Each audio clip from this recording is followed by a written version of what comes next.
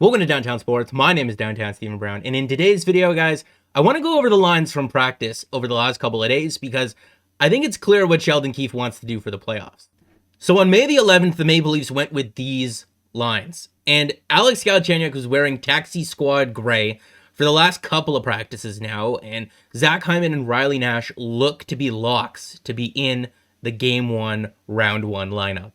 I did a video a couple of days ago talking about all the depth options that the Toronto Maple Leafs have, and I weighed the pros and cons of them playing in the playoff lineup, and we talked about guys like Joe Thornton and Wayne Simmonds and Kerfoot and Riley Nash, Mikheyev, Pierre Engvall, Alex Galchenyuk.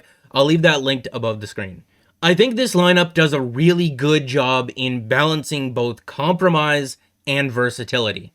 And what I mean by leaving room is that as the game progresses, let's say you're leading late in the third period, you're more than likely going to take Zach Hyman off that top line and put him in defensive situations. And if that's the case, you're going to see a guy like Joe Thornton moved up in the lineup.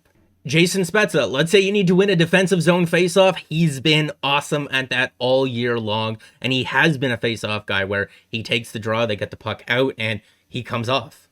So that's why I like this lineup so far. But where do I don't like it? But before we get into that, a word from today's video sponsor. So that being said, I want to introduce to you guys the Lawnmower 4.0. And now the NHL playoffs are right around the corner, and you might want to grow out a beard to support your favorite team, but it does not mean that you should neglect the rest of your body.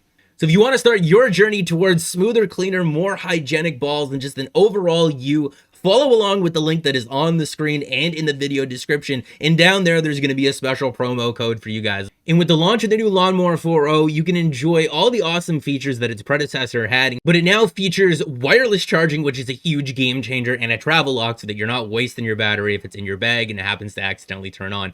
And just to show you guys, like, that light on the end of it is absolutely no joke. And just to demonstrate that it is skin safe, you can hear that it's on right now. I'm going to take my finger and just run it along the blade there, and I'm absolutely fine. Father's Day is coming up, and that would be a perfect gift for dad. Or if you just want to give the simple gift of smoothness, cleanliness, and hygiene to someone in your life, the Manscaped product line is the way to go.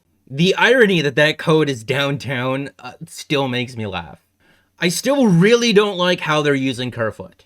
Been on this train all season long. The guy is not a centerman. Never mind a shutdown centerman. Okay, in this lineup, we're not using him as either of those things. Now he's on the wing in a shutdown role, and it's a step in the right direction, but I still don't think that that's right. The with and without stats don't look good. The advanced analytics don't look good. 22 points in 55 games don't look good. Even when you're watching him out there, he doesn't look good. And of course, I'm just joking, but maybe he's not even looking the greatest off the ice either. Maybe he's a guy who could use the Lawnmower 4.0. And I'm going to sound like a broken record, but he's not a shutdown centerman. I don't even think that he should be playing in a shutdown role. The only time that he should be playing center or in a shutdown role is out of necessity. And good teams don't have players playing in roles out of necessity. They put them in roles that they can succeed at. That's what coaching is. But when you need a guy to play in a role out of necessity, you have no choice. This is a scoring middle six winger who's a decent skater and who has playmaking ability. He's not a play driver. He's not a shutdown player. He's a player that is just good enough defensively to not be a net loss. He can provide you with decent support as a winger in an offensive role. You don't believe me? Well, why did he spend the majority of his ice time all of last season next to Tavares and Nylander if that's not the case? I don't even really like the guy that much, and I honestly think that he gets traded in the offseason or Seattle takes him, but the conversation around this player, especially come playoff time when you need all hands on deck, is so broken. And I think if we just play this player in the right role, we'll see him contribute positively. But baby steps. I would want to see them do something like this in the playoffs because I think Nick Foligno is more suited for a shutdown role. And if you really want to shut things down, because they've used Zach Hyman in this role, and they've said that they've wanted to use him here for the past couple of years, you can move Zach Hyman off that top line maybe later in the game when you're up by a couple of goals, and you can have your shutdown line be Mikheyev, Nash, Hyman, or even move Nick Foligno down there and have Foligno, Nash, and Hyman. And then the lines would look something like this, and I think you're really getting somewhere here. You can see the versatility. You can see the room that the Maple Leafs have to play around with things in game and as they go. But transitioning over to the blue line now, I really wish that they would have acquired someone better defensively at the trade deadline to help this decor out. Because when you look at how versatile and how many options they have up front with their forwards, they don't have that same luxury on D. They did acquire a guy like Ben Hutton, who's not the worst defensive player, but not really better than Travis Dermott overall to justify bumping him from the lineup. They did call up Rasmus Sandin, and he's been excellent in the limited amount of minutes and in the limited role that we've seen him in, but he's not known for his defense. And another train that I was on for about 2 months leading up to the trade deadline is I said that we needed another defenseman so that we don't have to watch Morgan Rielly play high leverage defensive minutes in defensive situations. Jake Muzzin and TJ Brodie, Jake Muzzin and Justin Holl can't take all of those minutes.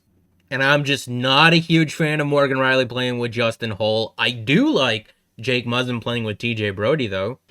I know we saw pairings like this for like a game or two, and I didn't mind them, but I also didn't love them. And if you wanted to try something like this, I think you're going to realize really quickly how unfair it would be to task Rasmus Sandin with the responsibility that Morgan Rielly has at 5-on-5, especially the amount that he carries the puck. Maybe I'm being too picky. I don't know. I just really would have loved if they would have acquired another guy who could have handled higher leverage defensive minutes in the top four. Travis Dermott hasn't been bad this year defensively in the role that he's played in. But again, that role has been extremely limited, and I don't know how he would fare come playoffs if you decided to just move him up in the lineup. And I'm not even necessarily talking about a good puck-moving defenseman. You know, when you say puck-moving defenseman, people think offense. And I'm not saying a big bruising defenseman either. When you say that, people think defense. I just want someone who is responsible in handling the puck, that can move it out of our zone and give it to our forwards so that they can create offense in the offensive zone. Hopefully a guy like Timothy Liljegren can develop into that type of guy. But right now, it's clear where the Maple Leafs are lacking. I don't know. Hopefully I'm wrong. Maybe someone steps up, right? But maybe the guy who's 17, 2-2, and 11th in the league in goals save above expected this year can continue being basically everything that this team could have possibly wanted or needed from their goalie. But again, I really do love the flexibility that the forward lines give the Toronto Maple Leafs. It's the best of both worlds between compromise and still having toughness and veteran leadership in there, while also leaving a lot of room to play around with in game. And I think it still leaves the door open to seeing what could possibly be the Toronto Maple Leafs' secret weapon come this playoffs. Leave your guesses in the comments section as to what you think that secret weapon could be, because I want to dedicate an entire video to it. But that is going to be the end of this video, guys. Make sure to like the video if you did like it and subscribe for more, because more is always on the way. And guys, remember, we're going to do the series preview in a couple of days from now, probably this Saturday. But the Toronto Maple Leafs are going to smoke the Montreal Canadiens.